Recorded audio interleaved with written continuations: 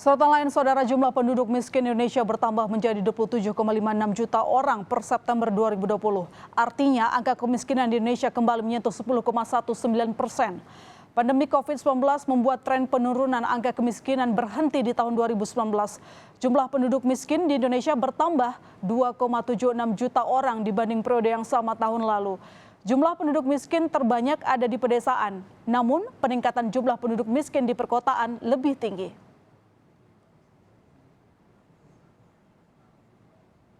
Ya, angka kemiskinan naik, apa yang harus kita evaluasi dan lakukan untuk memperbaiki kondisi kesejahteraan masyarakat?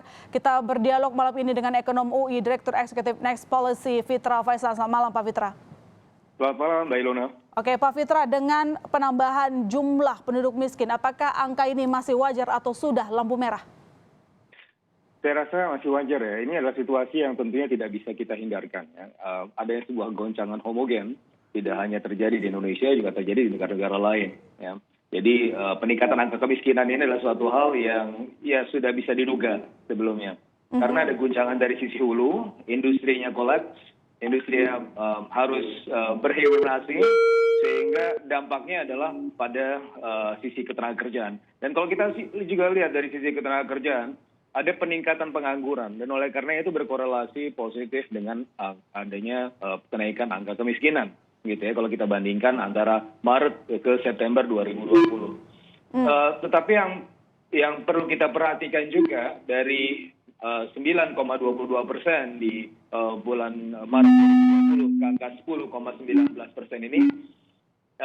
ini suatu hal yang sebenarnya lebih baik dibandingkan dengan dugaan awal. Oke. Dugaan awal adalah sebagaimana di proyeksi World Bank 11,8%. 10,19% ini jauh lebih baik. Gitu ya. Oke. Nah, dalam konteks, ya silakan.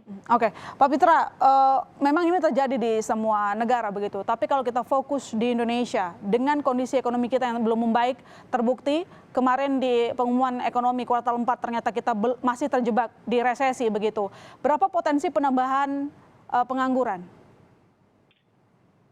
Dari simulasi kami menunjukkan bahwa akan ada kurang lebih, ya untuk worst case scenario akan ada peningkatan sekitar 7 juta pengangguran lagi dari yang existing.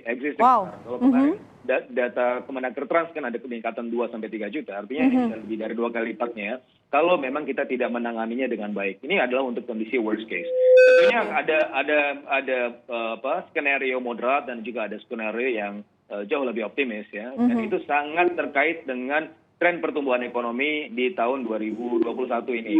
Nah, 2021 kami juga membagi menjadi 3 skenario, ya, optimis, moderat, dan juga pesimis. Untuk yang skenario optimis bisa mencapai 5,6%. Untuk skenario moderat itu di level 4,8%, dan skenario pesimis di level 3,8%. Dan itu sangat berkorelasi dengan angka kemiskinan dan angka pengangguran. Kalau untuk menghindari skenario yang terburuk tadi, apa yang perlu kita lakukan? Kita tahu bahwa pemerintah sudah mengeluarkan sejumlah kebijakan ya, mulai dari dana bansos dipen dan lain sebagainya, insentif kanan dan kiri, fiskal, moneter, semua bergerak. Apa yang harus kita prioritaskan agar laju pertumbuhan orang miskin di Indonesia itu berkurang? Ya begini, untuk bisa menopang pertumbuhan ekonomi berbeda dengan rencana penyelamatan angka kemiskinan, gitu ya. Karena ini segmen income-nya berbeda. Kalau kita bicara yang 40% di bawah, yang menurut World Bank ini adalah kelasnya aspiring middle class, sekitar 120 juta orang. Ini adalah kelompok yang rentan miskin dan rentan miskin. Dan ini dari keseluruhan konsumsi tidak terlalu dominan ya. Jadi hanya sekitar 17-18%. Tapi kita harus menyelamatkan ini. Kenapa? Ya, itu adalah tugasnya pemerintah. Tapi untuk mendongkrak keseluruhan konsumsi, bukan ini yang diselamatkan. Tetapi yang 20% yang di atas. Yang 20% yang di atas ini, 20% income level yang paling atas ini, apa yang terjadi dengan mereka? Willingness to spend mereka terhambat. Mereka tidak mengalami masalah yang terlalu serius dari sisi income, tetapi mereka memiliki masalah dari sisi keinginan untuk belanja atau keinginan untuk spending. Kenapa? Karena faktor resiko untuk belanja, spending di jangka pendek ini masih besar. Faktor risikonya apa? COVID. Dan oleh karenanya strateginya, kebijakannya ya akan ada di dua kebijakan penting. Yang pertama intervensi kesehatan, untuk mengurangi resiko COVID. Yang kedua adalah intervensi fiskal. Untuk intervensi kesehatan tentunya kita sangat mengharapkan bahwa vaksinasi massal ini bisa berlangsung sesuai rencana.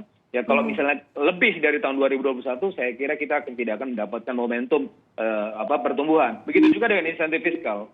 Ini saya rasa juga perlu ditambah ya, perlu dibuat lagi lebih signifikan. Itu yang pertama dari sisi besaran. Karena kalau kita bandingkan dengan peer group, ini stimulus fiskal kita masih di bawah 5% dari GDP. Di mana rata-rata negara peer group kita di atas 5%. Maksudnya kita di atas itu masih oke ya?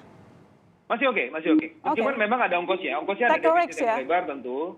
Defisitnya pasti melebar. Begitu juga dengan utang pemerintah pasti akan membesar. Tapi ini adalah ongkos yang harus ditanggung. Kenapa? Kalau enggak akan terjadi sebuah fenomena yang dinamakan economic hysteresis.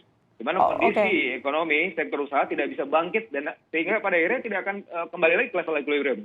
Oke, lagi-lagi kita ngomongin kesehatan dulu yang utama begitu. Dan begini, Pak Fitra, kita lihat bahwa sejumlah daerah menjadi wilayah termiskin di Indonesia begitu. Apa yang perlu dievaluasi oleh pemerintah daerah? Nah, kalau kita bandingkan antara pemerintah pusat dan pemerintah daerah ini punya PR dalam rangka penyerapan anggaran. Ya.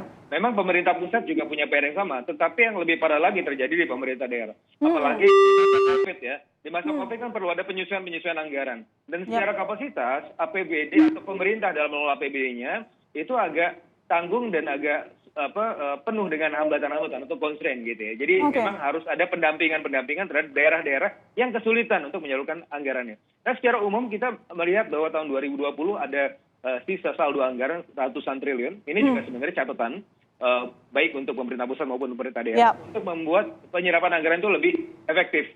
Jadi ada dua hal, besarannya ditambah, yang kedua penyerapannya harus lebih efektif dan efisien.